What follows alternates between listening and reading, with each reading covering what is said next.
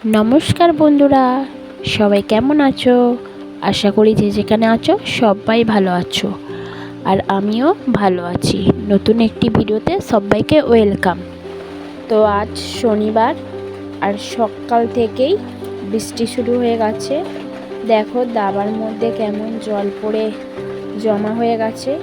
প্রচুর বৃষ্টি হচ্ছে, ঝমঝম ঝমঝম করে। বৃষ্টি পড়ার জন্য পুকুরে আর যেতে পারিনি, তাই বাড়িতেই বৃষ্টির জলগুলো ধরে রেখে এখানেই থালা বাসনগুলো ধুয়ে নেব। আর জানো তো বন্ধুরা, বৃষ্টি পড়ার জন্য কিন্তু বাড়িতে তাড়াতাড়ি কাজগুলো হয়ে যায়। যেটা পুকুরে গিয়ে যে একটা দাঁড়িয়ে থাকার ব্যাপার থাকে, সবাই ধোয়ার পরে তারপরে লাইন দিয়ে নিজেকে ধুতে হয়। আর বাড়িতেই জল পড়ছে, তো সেই জন্য তাড়াতাড়িও আমার কাজগুলো এগিয়ে গেছে। আজকে 4:30টার সময় উঠে দেখছি এরকম বৃষ্টি পড়ছে। তারপরে গামলিগুলো বসিয়ে দিয়েছি, আর এই কাজগুলো এখন করে নেব। সব কাজ এখন 5টা মতন বাজে। দেখো বাইরেটা এখনো অতটা পরিষ্কার হয়নি, অন্ধকার অন্ধকার মতন ভাব আছে। থালা বাসনগুলো সুন্দরভাবে ধোয়া হয়ে গেছে।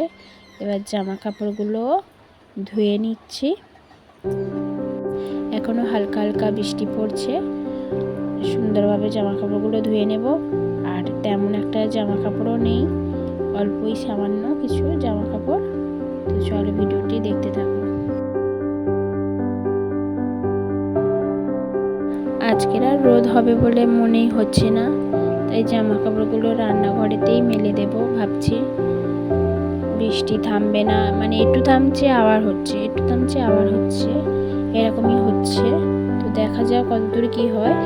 তো এখন জামা কাপড়গুলো রান্নাঘরেই মেলে দিচ্ছি, পরে আবার রাতে ঘরেতে মেলে দেব পাখার হাওয়াতে। যদি রোদ হয় বাইরে মেলে দেব, আর যদি না রোদ হয় তাহলে ঘরেতেই মেলতে হবে, কিছু করার নেই।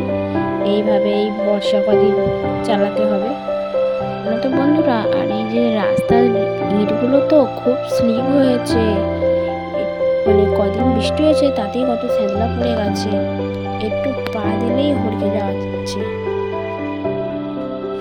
জামা কাপড়গুলো মেলা কমপ্লিট করে তারপরে জলটা গরম করে নিয়েছি। আর এদিকে দেখো ছেলেকে হরলিক্স করে দেব, আর আমিও একটু, ডাক্তার দিয়েছে একটা ম্যাডপ্রোফ, এটা খেতে বলেছে আমাকে। তো এটা খাই, সকালবেলা টিফিন করার পরে খাই। আর ছেলেকে হরলিক্স দিচ্ছি, আর আমি এটাই খাবো।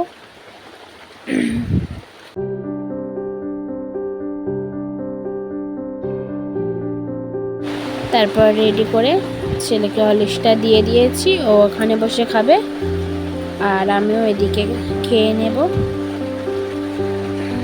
খেতে খেতে ছেলের সাথেও একটু কথা বলছিলাম, ইয়ার্কি ঠাট্টা করছিলাম।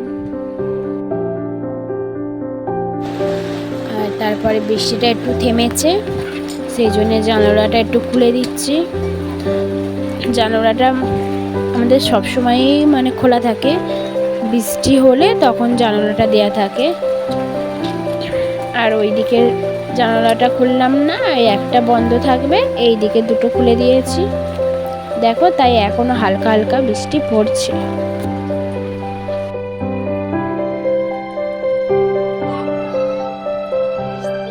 আর জানো তো বৃষ্টির জন্যে পাখিগুলো না কোথায় থাকবে ঠিক করতে পারছি না। তো এখানে একটা আঁশফল গাছ আছে ঘরের পাশে, সেখানেতে ওই মাছরাঙা পাখি বসে ডাকছিল,